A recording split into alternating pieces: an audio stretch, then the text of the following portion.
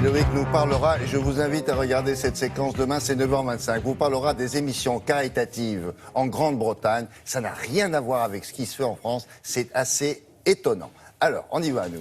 La presse française est pleine de scandales ce matin, mais scandales au bon sens du terme, c'est-à-dire qu'elle s'insurge contre des situations qui lui semblent anormales et qui sont pourtant bien connues et qui durent encore et encore sans être résolues. Premier de ces scandales, à la une de pas mal de journaux, le chômage qui vient d'atteindre son niveau le plus élevé depuis presque 20 ans. Un scandale français, écrit le journal L'Opinion.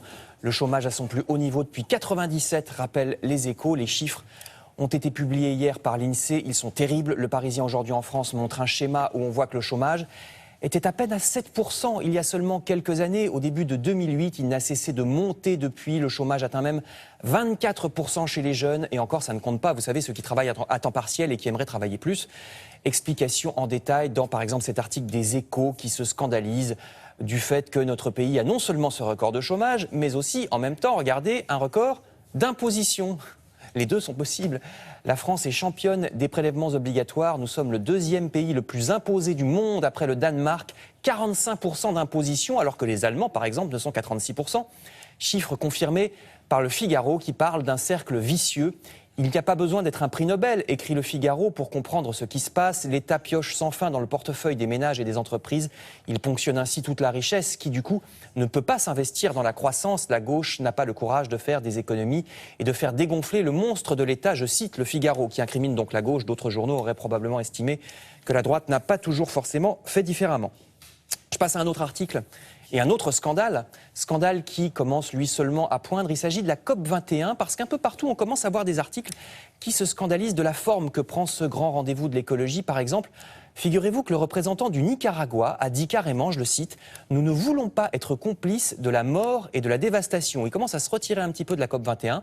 Il a dit à Libération que les promesses écolo des pays à la COP21 n'engagent en fait que ceux qui veulent bien y croire, que ces promesses n'empêcheront pas, dit-il, une augmentation catastrophique de la température et qu'un petit pays pauvre comme le sien, le Nicaragua, est déjà à 50% d'énergie renouvelable et sera même à presque 100% d'ici 10 ans, pendant ce temps que font les pays riches.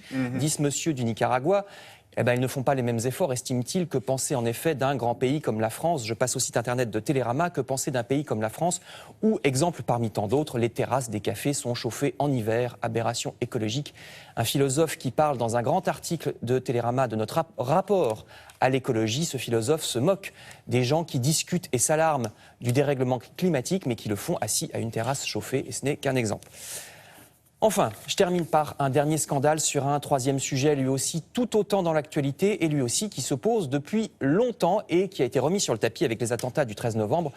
Vous lirez un article du Figaro sur l'application très imparfaite de la loi anti-burqa. Vous apprendrez qu'il y a même des organisations pro-burqa qui s'occupent de payer les amendes des femmes en burqa afin qu'elles puissent continuer à se cacher le visage.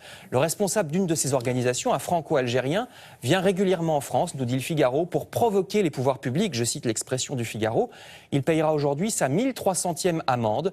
Vous lirez également dans cet article la lassitude des policiers qui, du coup, ont l'impression qu'ils ne servent pas à grand-chose, sans compter qu'ils craignent toujours de provoquer une émeute dans certains quartiers quand ils dressent ce genre d'amende. Certains députés veulent donc assortir l'amende de celle qui se masque le visage d'un passage systématique par le commissariat et d'un stage obligatoire de citoyenneté. Comme ça, il n'y a pas quelqu'un qui pourrait le payer à leur place. Ça serait plus dissuasif, estime-t-il. Grande page à ce sujet dans le Figaro. Merci Frédéric, à tout à l'heure.